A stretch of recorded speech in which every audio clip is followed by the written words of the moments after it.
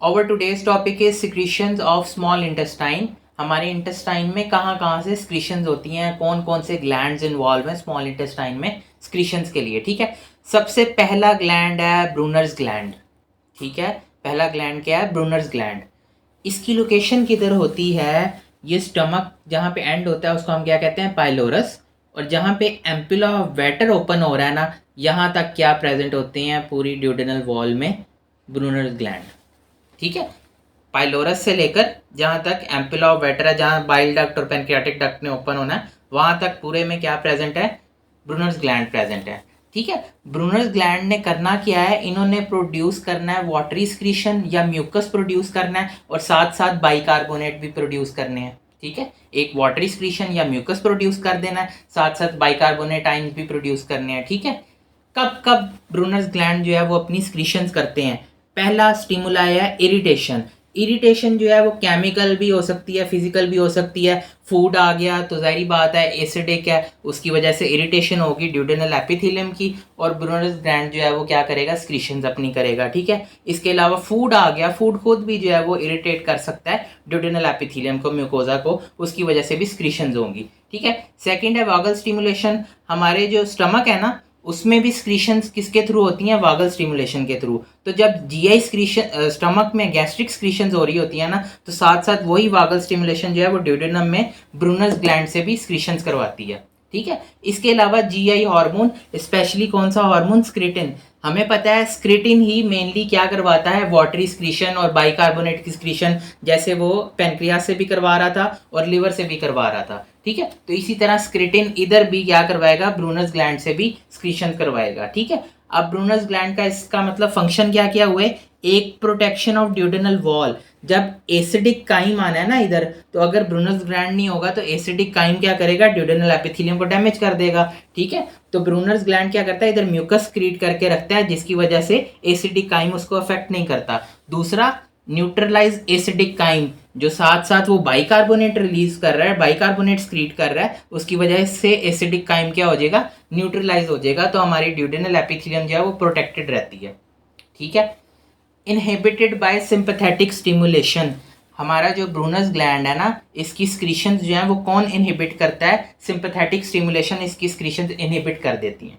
ठीक है, तो ऐसा कोई पर्सन जिसमें सिंपैथेटिक स्टिमुलेशन एक्टिवेटेड रहती है ना, या जैसे कोई स्ट्रेस में है, ठीक है, तो उसमें क्या होता है? ब्रूनर्स ग्लैंड जो है वो स्क्रीशंस नहीं करता, इनहिबिट रहता है, जिसकी वजह से ये जो पार्ट है ना ड्यूडेनम का, इसमें क्या होता है? ड्यूडेनल एपिथेलियम डैमेज हो जाती है। तो इसीलिए कहते हैं कि ड्यूडेनल बल्ब, ड्यूडेनल बल्ब किसको कहते हैं? ये फर्स्ट पार्ट ऑफ ड्यूडेनम जो है ना, ये मोस्टली जो है वो क्या होता है? प्रोन होता है टू पेप्टिक अल्सर्स। ठीक है, तो अल्सर जो है वो सबसे ज़्यादा किधर होते हैं? फर्स्ट पार्ट ऑफ ड्यूडेनम में या फिर ड्यूडेनल बल्ब में। किस वजह से इनहिबिट हो जाता है? अगर सिंपैथेटिक स्टिमुलेशन से ब्रूनर ग्लैंड। ठीक है, तो उसकी वजह से इधर स्क्रीशन नहीं होगी और ब्रूनर्स ग्लैंड जो है वो स्क्रीशन नहीं कर सकेगा। ठीक है, म्यूकोजा एक्सपोज हो जाएगा। नेक्स्ट जो इंपॉर्टेंट चीज़ है या कह लें स्ट्रक्चर है, वो क्या होते हैं? Crypts of Lieberkuhn. Crypts of Lieberkuhn ये किधर प्रेजेंट होती हैं? ये अगर हमारी स्मॉल इंटेस्टाइन है ना, उसमें विलाएँ हैं, तो विलाए के दरमियान जो है ना वो इस तरह स्मॉल इन्वेजिनेशन होती हैं ऐसे। ठीक है, वो इन्वेजिनेशंस क्या होती हैं? वो क्रिप्ट्स होते हैं, जिनको हम नाम देते हैं क्रिप्ट्स ऑफ लिबर कोन। ठीक है, क्रिप्ट्स ऑफ लिबर कोन में दो तरह के सेल्स होते हैं, एक होते हैं गोबलेट सेल्स और एक होते हैं एंटेरोसाइट्स। ठीक है, गोबलेट सेल्स का फंक्शन क्या है? कि उन्होंने म्यूकस प्रोड्यूस करना है, और एंटेरोसाइट्स का क्या फंक्शन है? उन्होंने वाटर प्लस इलेक्ट्रोलाइट्स प्रोड्यूस करने हैं। ठीक है, गोबलेट सेल्स ने म्यूकस और एंटेरोसाइट्स ने वाटर प्लस इलेक्ट्रोलाइट्स। तो एंटेरोसाइट्स एक दिन में कितना स्क्रीशंस प्रोड्यूस करते हैं? 1800 ml। ठीक है, एंटेरोसाइट्स एक दिन में जो है वो 1800 ml स्क्रीशंस करते हैं। ठीक है, अब हमें पता लग गया ये वाटरी स्क्रीशंस होनी है, तो इसका मैकेनिज्म क्या है? जो हमारे क्रिप्ट्स हैं उनसे वाटरी स्क्रीशंस होगी किस तरह?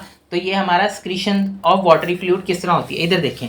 अगर हम जो है ना एक क्रिप्ट को जो है ना, एक इन्वेजिनेशन को इस तरह बड़ा करके देखें, तो क्या होता है? सबसे पहले जो होता है ना, इधर से एक्टिव स्क्रीशन होती है क्लोराइड आयन की। किधर? ल्यूमेन। ये हमारी स्मॉल इंटेस्टाइन का ल्यूमेन है ना, क्रिप्ट से बाहर, तो उधर क्या जाएगा? क्लोराइड आयन की एक्टिव स्क्रीशन होगी। दूसरा किसकी होती है? बाइकार्बोनेट की। ठीक है, बाइकार्बोनेट की भी एक्टिव स्क्रीशन होगी। दोनों क्या है? नेगेटिव आइन है, तो ल्यूमेन क्या हो गया?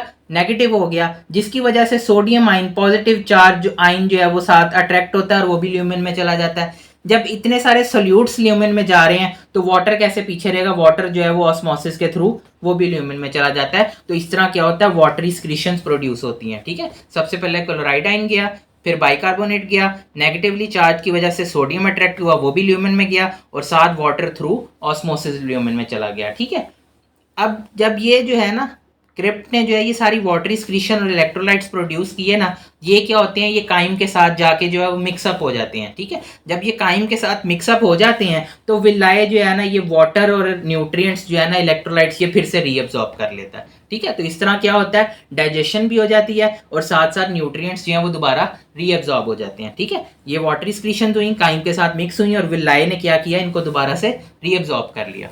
ठीक है, ये थे मेनली स्क्रीशंस के लिए। और हमारे स्मॉल इंटेस्टाइन में डाइजेस्टिव एंजाइम्स भी प्रेजेंट होते हैं। कौन कौन से, एक है पेप्टाइडेजेस। पेप्टाइडेजेस ने क्या करना है, पेप्टाइड्स को एमाइनो एसिड्स में कन्वर्ट करना है। ठीक है, इसके अलावा सुक्रेज, माल्टेज, आइसोमाल्टेज और लैक्टेज, इन्होंने क्या करना है, जो हमारी डाइसैकेराइड्स शुगर है ना उनको मोनोसैकेराइड्स में कन्वर्ट करना है। और लास्ट पे है इंटेस्टाइनल लाइपेज। इंटेस्टाइनल लाइपेज क्या करेगा, फैट्स को ग्लिसरॉल और फैटी एसिड में कन्वर्ट करेगा। ठीक है, तो ये क्या है, डाइजेशन में हेल्प करते हैं। डाइजेस्टिव एंजाइम्स किधर होते हैं, स्मॉल इंटेस्टाइन में। ठीक है, अब एक और बात कि जो हमारा क्रिप्ट्स है ना, इसके जो ऊपर वाले सेल्स हैं ना, एपिथेलियम के सेल्स हैं, ये क्या करते हैं, ये मुसलसल जो है ना, ये सारे सेल्स इधर जो होंगे क्रिप्ट्स के सेल हैं, ये क्या करते हैं, माइटोसिस करते रहते हैं। ठीक है, अपनी डिवीजन जो है वो करते रहते हैं, जिसकी वजह से क्या होता है, जो ऊपर वाले सेल्स होते हैं ना वो जब पुराने हो जाते हैं तो वो स्क्रीशंस के साथ शेड ऑफ हो जाते हैं, ल्यूमेन में चले गए स्क्रीशन के साथ ही। ठीक है, ऊपर वाले सेल्स पुराने हो गए और वो जब पुराने हो गए तो वो क्या होते हैं, स्क्रीशंस के साथ ही उतर जाते हैं, और जो नए सेल्स होते हैं वो क्या होते हैं, वो ऊपर की तरफ आ जाते हैं। ठीक है, क्या हुआ कि माइटोसिस कर रहे थे ये सेल्स, जो ऊपर वाले पुराने सेल्स थे वो शेड ऑफ हो गए और नीचे से जो है वो न्यू सेल्स ऊपर की तरफ आ गए। इस तरह ये प्रोसेस जो है वो कंटिन्यू रहता है। ठीक है, तो इस और ये इंटेस्टाइनल सेल जो होता है उसका लाइफ स्पैन कितना होता है, 5 डेज का। 5 डेज के बाद उसकी शेडिंग हो जाती है और न्यू सेल्स जो है वो ऊपर की तरफ आ जाते हैं।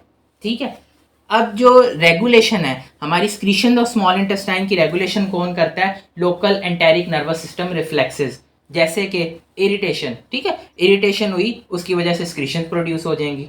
ठीक है, एसिडिक काइम आया, स्क्रीशन प्रोड्यूस हो जाएंगी। हमारी स्क्रीशन किस तरह होंगी, टेक्टाइल स्टिमुलेशन या सेंसरी नर्वस, सेंसरी जो है इनपुट वो क्या जाएगा, किस तरफ जाएगा, एंटेरिक नर्वस सिस्टम की तरफ, और उधर से वापस जो है वो एफरेंट या इफरेंट फाइबर्स आएंगे और क्या करेंगे, एंटेरिक नर्वस सिस्टम के थ्रू आएंगे और स्क्रीशंस करवाएंगे। ठीक है, एफरेंट फाइबर गए किधर, एंटेरिक नर्वस सिस्टम में, और उधर से क्या है, इफरेंट वापस आए और उन्होंने क्या करवाया, स्क्रीशंस करवा दी स्मॉल इंटेस्टाइन में, किसी भी इरिटेशन के थ्रू, एसिडिक काइम के थ्रू। तो इनको रेगुलेट कौन कर रहा है, हमारा local enteric nervous system reflexes. ठीक है, so this was all about secretions of small intestine.